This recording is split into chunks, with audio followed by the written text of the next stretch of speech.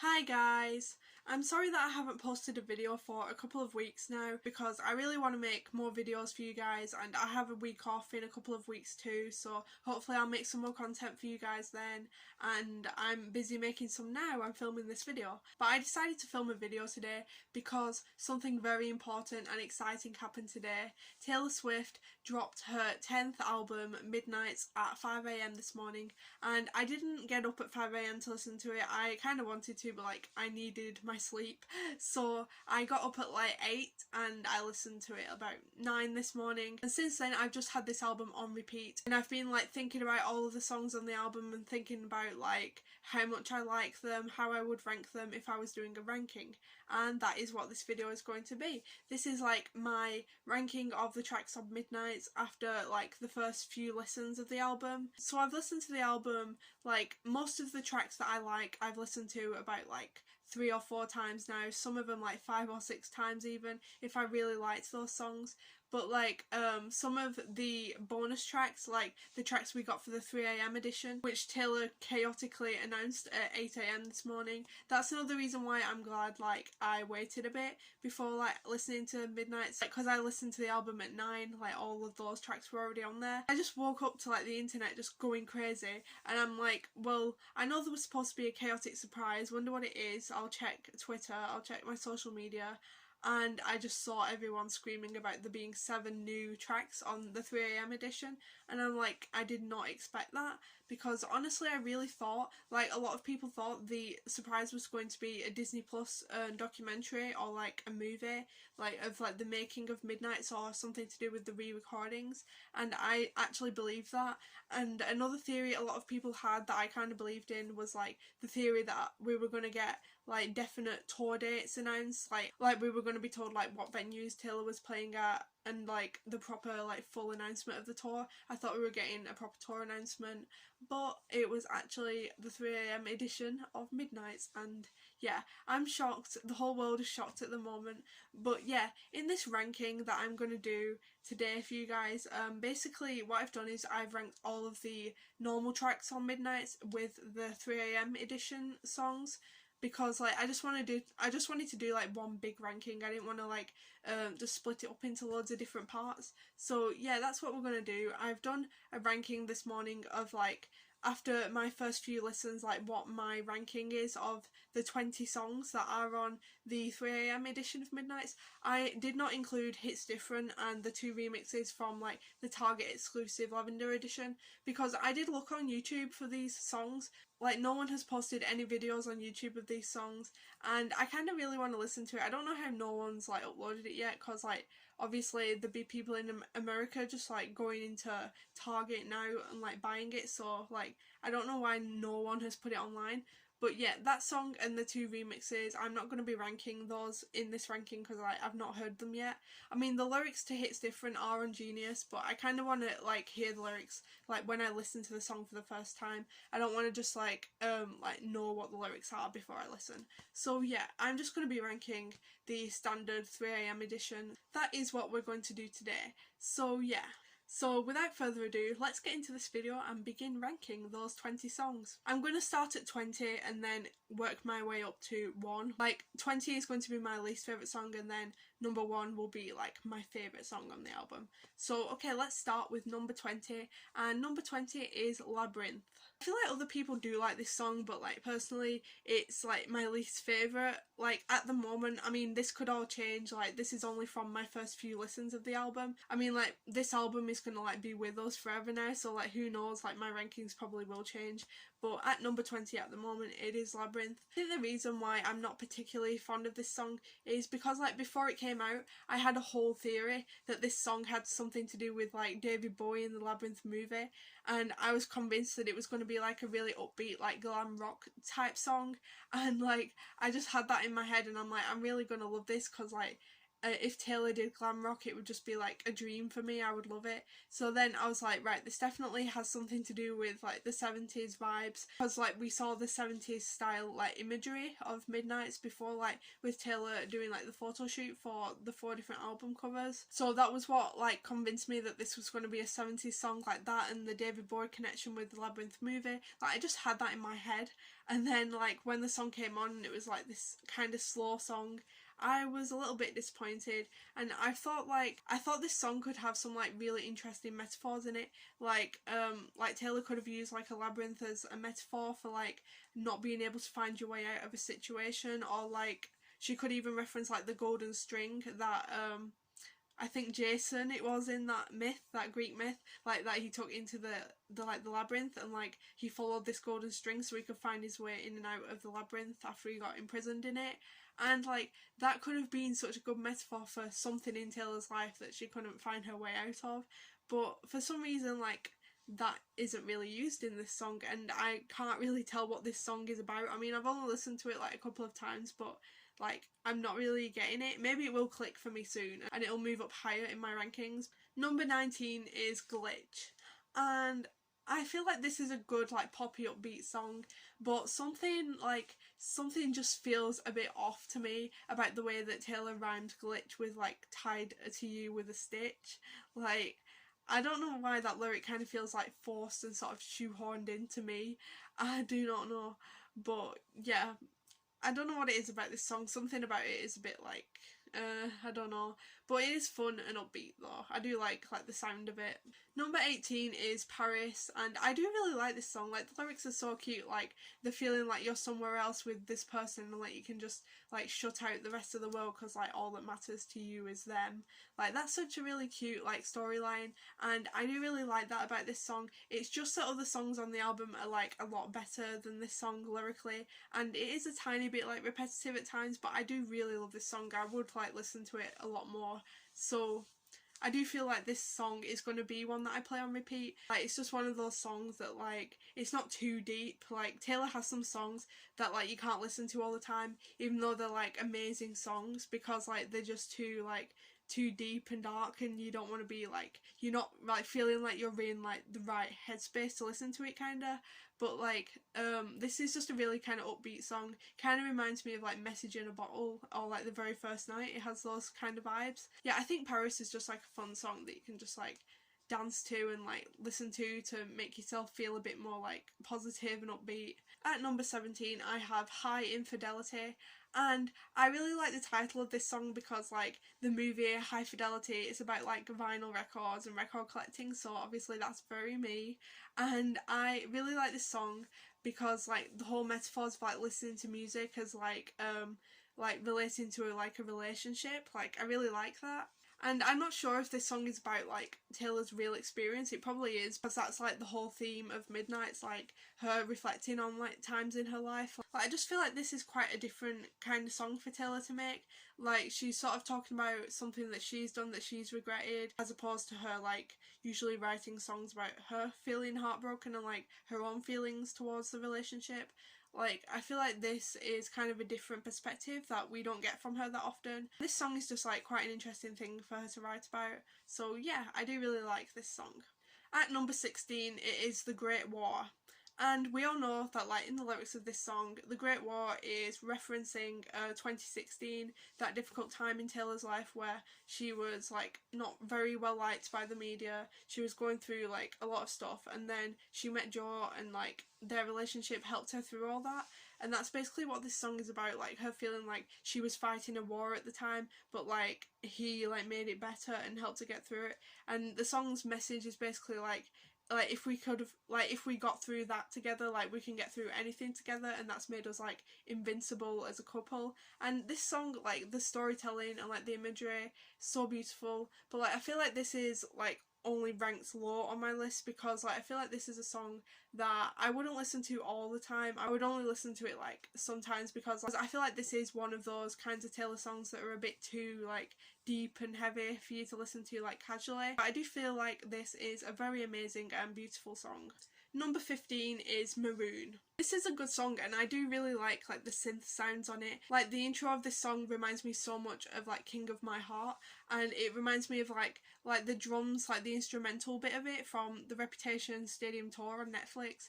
Like the bit where like Taylor's going like from King of My Heart into a different song. This song has really good storytelling, and I do really like it, and I would listen to it again, but like it's one of my least favourites like on the Midnight's album, I think, like the standard edition of the album. I think this and Labyrinth are the ones that like I don't really like click with that much, but I'm sure I will soon. Number 14 is Snow on the Beach, featuring Lana Del Rey. This song is really fun, and I feel like it is quite like catchy, even though it's quite a chilled, like calm song. But the two things I have to say about this song is, number one, like this is supposed to be a Lana Del Rey collab, but like Lana's barely there. I mean, I could hear her like faintly in the backing vocals, but like I was literally prepared for like a full-on duet, and this was just not that. Also, the second thing that I have to say about this song is like I feel like this is probably low on my list because like I tend to rank songs higher that like I really relate to personally, and I don't really relate to Snow on the Beach that much. I do really like this song, but I just feel like it's like it wouldn't be one of my first choices to listen to. Number 13 on my list is Karma. That's kind of funny that I put Karma at number 13. That wasn't even like intentional. I literally did not even notice that. Personally, I love this song. Like, it's so fun, it's so upbeat. Like, the lyrics like, Karma's my boyfriend, Karma's the cat sat on my lap. Like, those lyrics are so funny. I feel like this is definitely a glitter gel pen song. And I feel like we all sort of expected like a Look What You Made Me Do kind of song. But like, this song was not that. This song personally really reminded me of Call It What You Want. But Call It What You Want is like one of my favourite ever Taylor songs, so that's fine with me. I did kind of want Karma to be like a Reputation style song, but like I'm not too like upset that it's not. I mean, Taylor said recently in an interview that like all these songs are brand new. Like she wrote them like while thinking back on like her re-recordings and like her past eras in her career. Like she said all these songs were written like very recently. Like it's obviously not like a song Karma from like the Reputation and 1989, like the middle of those two eras. Like it's not anything from the scrapped album or anything like that. This is maybe like I used to be a Karma like believer, but now I'm not anymore because like I feel like Taylor just wrote this now to kind of like laugh at us and like sort of kind of honour the theory. I do really like this song. I feel like it's so fun and so upbeat, and I will definitely be playing it on replay. Number 12 on my ranking is Would've, Could've, Should've. This song is kind of like in the middle of my ranking because like it's so sad, so like I wouldn't like be playing it all the time, but like I have a lot of respect for Taylor for being like so brave to be able to like come out and say these things about this relationship and like talk about it in a song that was written like recently. Like it must have taken like a lot of bravery for her to like feel like she could be able to put out a song about this like written in the present day and release it now. Like those lyrics where she says like give me my girlhood back, it was mine first, and also the lyric where she's like I was 19 but you were a grown man and you could wash your hands clean. That's just so powerful, and I respect Taylor a lot for that. At number 11 I have Lavender Haze. I feel like this song is so fun and cute and upbeat, and at first listen I did not like this song very much, but then I listened to it again and it just sort of clicked with me and I was like, actually this song's really fun and I love it. Like I don't love it as much as like a lot of the other songs, which is why it's not like in my top 10, but I do love it and I will be listening to it on repeat like a lot of the other songs. I'll just have this whole album on repeat basically. At number 10 I have Dear Reader. Honestly, before I like press play on this track, I honestly thought that the title was referencing like the Dear Reader, I Married Him bit in the Jane Austen novel. I think it's Pride and Prejudice that it says that in. And I honestly thought this was like going to be Taylor announcing like she got engaged or like married to Joe, and I was like, whoa. And then I actually listened to it and it's actually addressing like the person listening to the song, listening to the album, and I really like that as a concept. And actually the lyrics really reminded me of like that poem If You're Anything Like Me that she wrote during the rep era. Like personally I really relate to that poem so much, and I always wished for like that to be a song, and this is like a pretty close thing to that. Like it's basically that poem as a song, so I am very thankful for this song and it is in my top 10. Number 9 is Bigger Than the Whole Sky, and this song connects to Would've, Could've, Should've. I just really love the lyrics of this song. I just feel like it's just such like a poetic, well written song, and I love how Taylor has managed to put like such difficult experiences into like such beautiful words and like just expressed herself like that. Number 8 on my list is Vigilante, and I'm not gonna say the full title because I don't want to swear on this channel, but we all know what that song's called. So this song, I just think it is such like a cool song. Like there are so many like cool one-liners and like iconic lyrics that you could quote. Like some of my favourites in this song are like the opening line. Like when I heard the opening line from this song, like it just shocked me. I was just like, here we go, this is going to be like a Reputation style song. Draw your cat eyes sharp enough to kill a man. Like when I heard that lyric, I was just like... And my other favourite lyric from this song is that I'm dressing for revenge bit. Like I just love like that part of this song, and like the whole of it I love really. Like you just feel so cool listening to this song. Like it makes me feel how Reputation makes me feel, which is a good thing because Reputation is like my favourite Taylor album. And this album, everyone's saying, is a mix between Reputation and 1989. 1989 is my second favourite Taylor album, so this album was kind of made for me. Number 7 on my ranking is You're on Your Own Kid. And I thought personally that this song was going to be like a Never Grow Up sequel. A lot of other people thought that too. And personally I don't really know what this song is about, to be honest. Like I just know that I really love the sound, and like I love like the ending of the song where it's like you can get through this. Like I can't remember the exact lyrics, I've only listened to it a couple of times. But like the part at the end where she's like, because you're on your own, like that's why you can get through this stuff. Like that's just really powerful and like really inspiring to me. And yeah. But like I don't really feel like this song is a track 5, to be honest. Like I really feel like Antihero should have been the track 5, even though like it's a really upbeat track 5, but we'll get onto that when we talk about it. But like yeah, I just don't feel like this song is really a track 5. It didn't really make me emotional that much. I mean, maybe there's something about the song that I'm not getting that like hasn't really clicked with me yet. I feel like I need to listen to this song like a couple more times to sort of like understand really what it's about. I feel like there's something about it that I'm not really getting. If anyone like wants to provide any more explanation for me in the comments, like go ahead. But yeah, I do really love this song. Number 6 on my list is Question. And I feel like this song is so much fun. Even though like the lyrics are a little bit dark, like I do really love like the beat of this song and like the synths on it. And I feel like it's just so much fun. I've listened to this song so many times already today. Number 5 is Sweet Nothing. And personally, like, this is in my top 5 because, like, personally I relate to this song.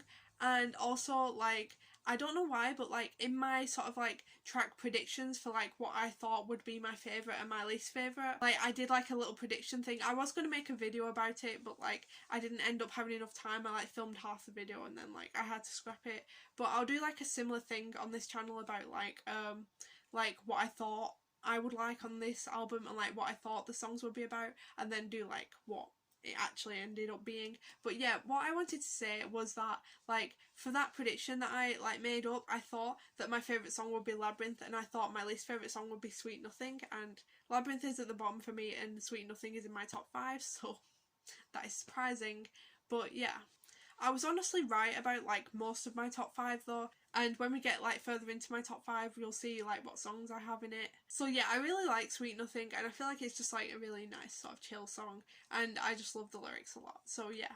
Number 4 is Mastermind, and honestly this is a song that I relate to a lot. Like the lyric where she says like, kids didn't want to play with me when I was little, so I decided to like scheme to be able to like make friends with people.